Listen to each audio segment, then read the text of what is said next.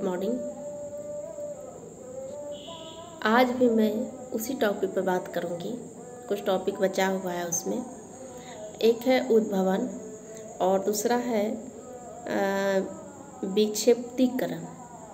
तो उद्भवन की यदि बात किया जाए तो समस्या समाधान पर जो है उद्भवन का भी प्रभाव पड़ता है।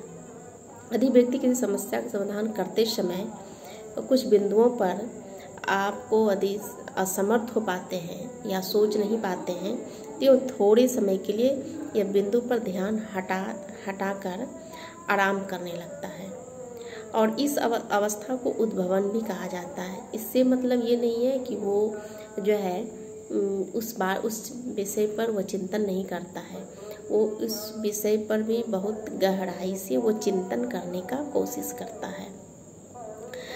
और जब वो आराम की अवस्था में होता है तो चेतन रूप से भले उस समस्या का जो है धीरे ध्यान हटा दिया, लेकिन अचेतन में उस बात को चला जाता है और उद्भवन का जो है उसको परिणाम में देखा गया है कि समस्या जो है समाधान करने में विशेष रूप से मदद मिलती है और जो है उद्भवन का प्रभाव समस्या समाधान पर एक अनुकूल रूप से पड़ता है।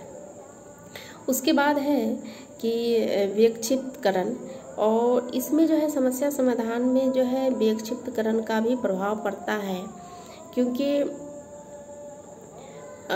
विक्षिप्तकरण से तात्पर्य है कि ऐसी प्रक्रिया से होती है जिसमें व्यक्ति एक साथ जो है समस्या का सभी संभावित जो है समाधान के बारे में बताता है और इस तरह की सीमित समय के भीतर प्रयोज्य समस्या का समाधान भी जो है उसका जितना हो सके वो बताता है, बतलाने के लिए कहा जाता है। और इस तरह के जो है विक्षिप्तकरण के फायदा जो यह होता है कि व्यक्ति के द्वारा जो बताए गए अलग तरह के जो समाधान होता है कुछ या फिर उत्तम समाधान निकल जाते हैं और इसके ढंग से सही ढंग से वो कार्य करना शुरू कर देता है। इसका द्वारा समाधान के लिए जो है कुछ विशेष व्यवहार या क्रियाओं का जो संभावित परिणाम की भी पहचान किया गया है। इसके अनुकरण समाधान में लक्ष्य की प्राप्ति भी की जाती है और कुछ इसके जो है थॉमसन ने 1975 में अपने अध्ययन करके उन्होंने देखा या पाया कि इसमें विक्षेपीकरण उत्पन्न होने के करीब जो है 40% प्रयोग से पहले अधिक समस्या का समाधान जो है इस समाधान करने में कर पाता है।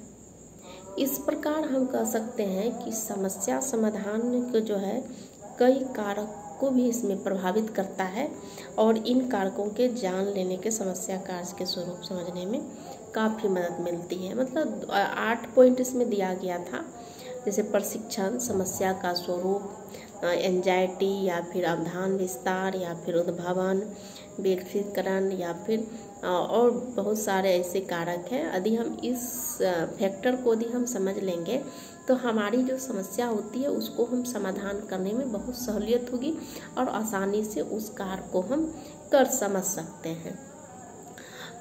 उसके बाद मैं कल बात करूंगी कि समस्या समाधान का क्या स्टेप होता है, means step of the problem solving, उसके कौन कौन सी स्टेप होते हैं जो कि हमारी समस्या समाधान करने में जो है एक उसको सहूलियत होगी।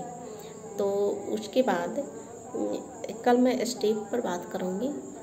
धन्यवाद।